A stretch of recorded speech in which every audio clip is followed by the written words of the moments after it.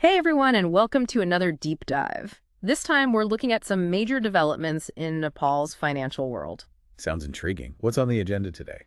Well, they're gearing up to appoint the 18th governor of Nepal Rastra Bank, that is their central bank, and the timing, well, let's just say it's interesting. Interesting how. This new governor is stepping into some serious economic turbulence, but also potentially some really cool opportunities. So it's a bit of a mixed bag for whoever takes on this role. A real trial by fire. You could say that we're not just talking about your typical economic ups and downs here. Nepal's facing a whole bunch of complex issues right now. Like what? Give us the rundown. Well, for starters, the Nepali rupee has been fluctuating quite a bit, causing some uncertainty in the market. That's never a good sign. What else? Then there are concerns about liquidity in the market, not enough cash flowing around to keep things running smoothly. Okay, so we've got currency fluctuations and liquidity concerns. Anything else? Oh, yeah. And on top of all that, their trade deficit, the difference between what they import and export is widening. They're importing more than they're exporting, which can put a strain on the economy. I see. So it's a multi-layered problem. No quick fixes here. Exactly. And you can imagine the public is feeling a bit anxious about all of this. It's impacting their daily lives and their finances. So the pressure's really on for this new governor to show results. And fast. Absolutely. But before we jump into who the ideal candidate might be, let's make sure we all understand the power Nepal Rastra Bank, or NRB as they call it, really has. Good point. It's not just some administrative post, is it? Not at all. NRB is like the central nervous system of Nepal's entire financial system. They're responsible for issuing the Nepali currency, overseeing all the banks and financial institutions, making sure they're playing by the rules. That's a lot of responsibility already. There's more. They also manage foreign exchange, conduct economic research to understand what's happening in the country, and advise the government on all things finance. Wow, they're basically the financial guardians of Nepal. Exactly. So this new governor, yeah, they're walking into a pretty demanding role. They need more than just a knack for crunching numbers. Right, it's not just about the technical side. What else are they looking for, based on your research? They need someone who can bridge the gap between economic theory and real-world solutions. Someone who gets what the people of Nepal need. It's about more than just balancing the books. It's about impacting people's lives. Exactly. And that's where these challenges we talked about come in. They'll really put this new governor to the test from day one. For example, high remittance inflows. Sounds good, right? More money coming into the country. Yeah, at first glance, it seemed like a positive thing. But it's actually a bit of a double-edged sword. How so? While those remittances do contribute to strong foreign currency reserves, which is great, they also make it really tricky to manage the financial system. I can see how that would be a balancing act for the central bank. Too much of a good thing can sometimes be a problem. Precisely. And then there's the Nepali rupees pegged to the Indian rupee. That's another hot topic our sources bring up. The peg. Always a point of debate. Right. So for those who might not know, Nepal's currency is directly linked to India's. Which means if the Indian rupee goes up, the Nepali rupee goes up. And if it goes down, well, down it goes. Now, that does offer some stability, particularly for trade between the two countries. Makes sense. But I'm guessing there's a downside, too. It's not all smooth sailing, right? You got it. The downside is a lack of flexibility. Nepal's monetary policy is basically at the mercy of India's economic decisions. So even if Nepal's economy needs something different, they're kind of stuck. In a nutshell, yeah. It limits their control over their own currency, and some economists see that as a real problem for Nepal's economic independence. So this new governor has to figure out, is the peg worth it? Or are the limitations too risky? Big decisions ahead. Definitely. And we can't forget about private investment. Our sources are super clear on this. Boosting private investment is key for sustainable growth and job creation. It's the engine of any economy, right? Yeah. Gets things moving, creates opportunities. Exactly. But Nepal's got some roadblocks in that department that this new governor is going to have to tackle. And what kind of roadblocks? Our sources point to the need for more government spending on, well, everything. Upgrading infrastructure, creating a better business environment, basically making Nepal a more attractive place for investors to put their money. It's about laying the groundwork for that investment to flourish. Solid foundations and all that. Exactly. And then there's the question of the financial sector itself. Is it really up to the task? Are there internal issues within Nepal's banks and financial institutions that need sorting out? That's what our sources are saying. They keep bringing up the need for ongoing reforms. It's about ensuring that the system is stable, manages risk effectively, but is also accessible for everyone. Accessible so that individuals and businesses can actually get the financial services they need. It's like walking a tightrope, isn't it? A tightrope walk between stability and accessibility. And that brings us to another point of debate. How tough will this new governor be on struggling financial institutions? Will they crack the whip or take a more gentle approach? High stakes either way. Right. Some are worried that if they appoint an insider, someone from within NRB, they might be too soft, too focused on the details, and maybe even play favorites with old colleagues. Makes sense. Too close to the situation. But others argue that an outsider might not have the experience or the knowledge of the system to be truly effective. So you need someone who knows the ins and outs, but isn't afraid to shake things up. And that's just the tip of the iceberg. We're just getting started with this deep dive into the challenges and opportunities facing Nepal's new economic leader. Welcome back to our deep dive. Where we're getting into the nitty-gritty of Nepal's central banking scene. And one thing our sources really hammered home. With that? This new governor is walking straight into a potential inflation storm. Yeah, inflation is a beast, especially for developing economies. And our sources were pretty clear about just how damaging it could be for Nepal. So we're not just talking about prices at the grocery store creeping up a bit. No, it's way bigger than that. It impacts the entire supply chain, makes it more expensive to produce goods, which means businesses have to charge more. And that hits consumers right in the wallet. Suddenly everything costs more, but are people's salaries keeping up? Not necessarily. So their purchasing power erodes. The money they have just doesn't buy as much as it used to. And who gets hit hardest? Often it's the most vulnerable to people who can least afford it. Exactly. And this isn't some far-off threat for Nepal. Our sources made it clear that inflation is a real and present danger. Adding another layer of pressure onto this incoming governor, they'll need to find a way to get it under control. And that's a tricky balancing act. Too aggressive with raising interest rates, and you risk stifling economic growth. But too cautious, and inflation could spiral out of control. It's a tightrope walk for sure. Speaking of learning from others, our sources brought up something interesting. Oh, what's that? They suggested that Nepal could actually glean some insights from its neighbors, India, and even the United States. Really?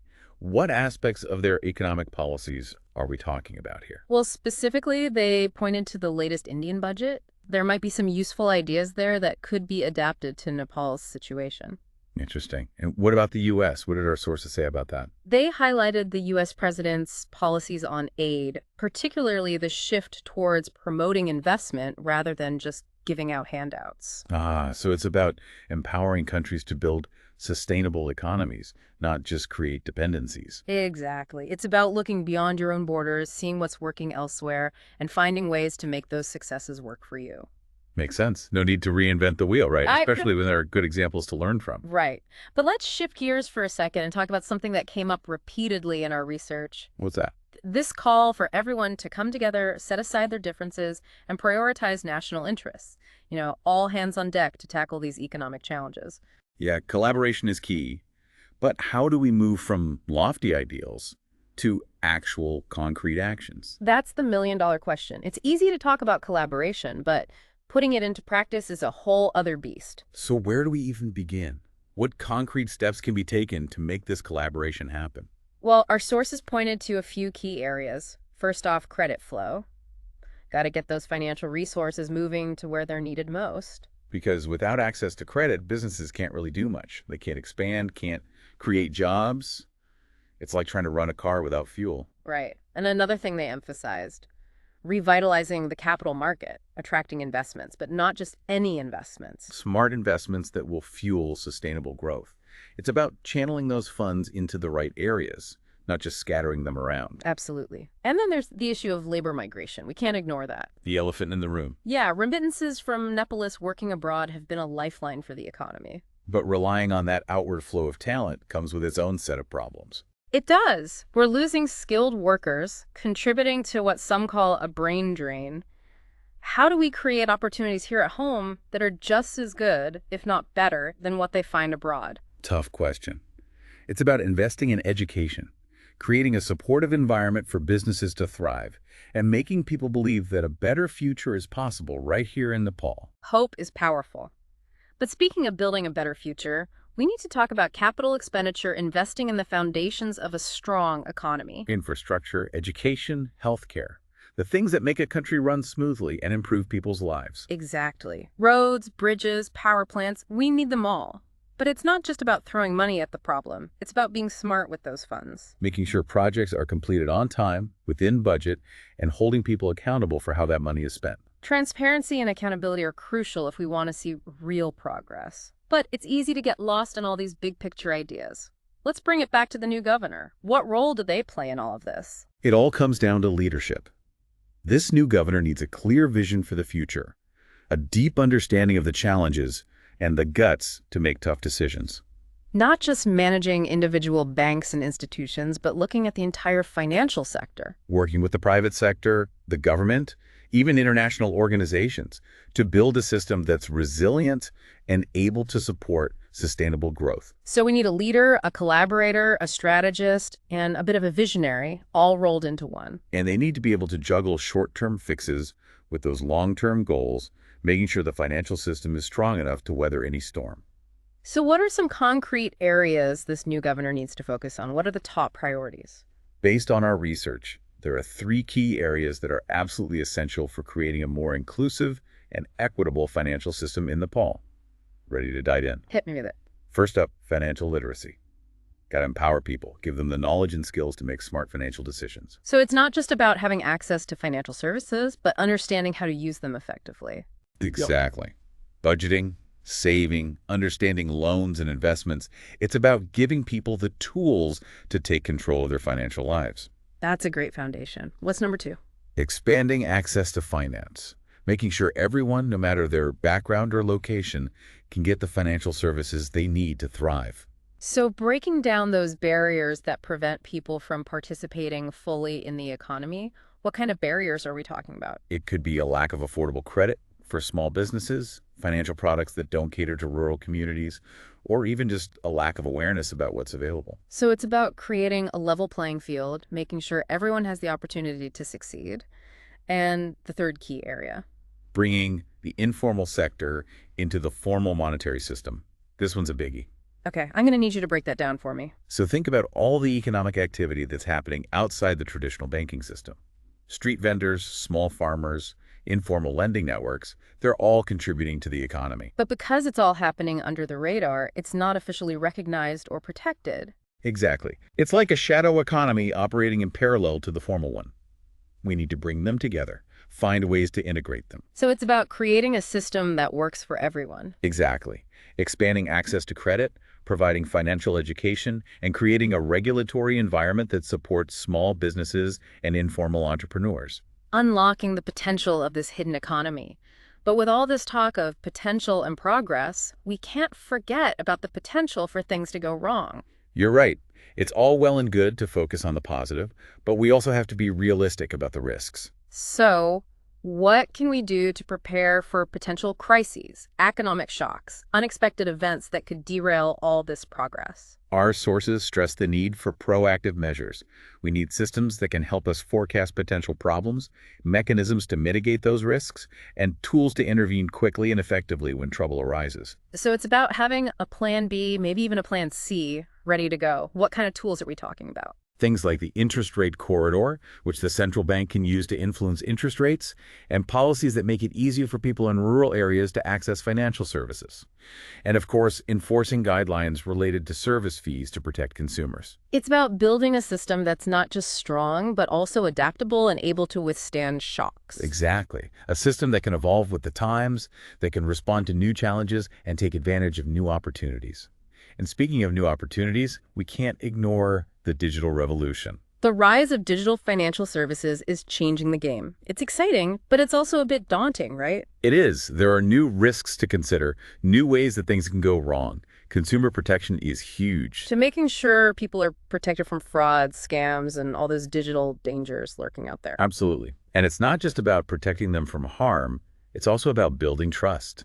People need to feel confident using these digital services. And that comes down to transparency. People need to understand how these services work, what the fees are, what their rights are. And that's where financial literacy comes in again.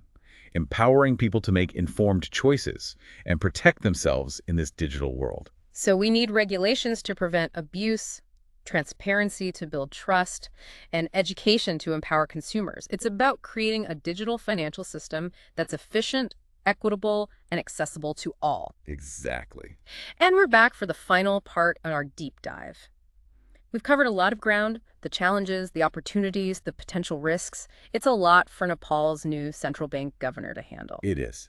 But they don't have to start from scratch, right? You're talking about learning from the past. We did talk about some pretty impressive central bank governors in our research. Yeah, those who really made a mark left a positive impact. What set those leaders apart? What made them so successful? Well, one thing that really jumps out is their deep understanding of economics. And I don't just mean textbook knowledge. More like a real-world grasp of how things actually work. Exactly. They can see the big picture, understand the interconnectedness of everything, and make decisions based on sound principles. So it's not just about knowing the theory, but also having that gut feeling for how the economy functions, knowing what will actually work. It's like having a sixth sense for economics. Yeah. But it's not enough to just understand it themselves. They need to be able to explain it to others.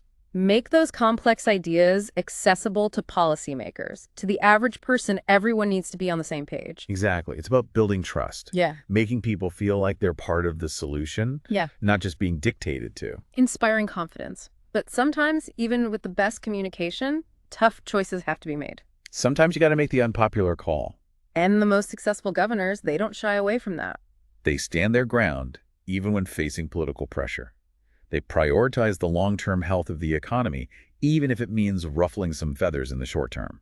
It's about having that courage, that commitment to doing what's right, even when it's difficult. Absolutely. And when you combine that deep economic understanding with the ability to communicate effectively and the guts to make those tough decisions, well, that's when you get true leadership. That's when you get a governor who can really move the needle, who can make a lasting impact. And hopefully that's what Nepal will get with this new appointment. Fingers crossed.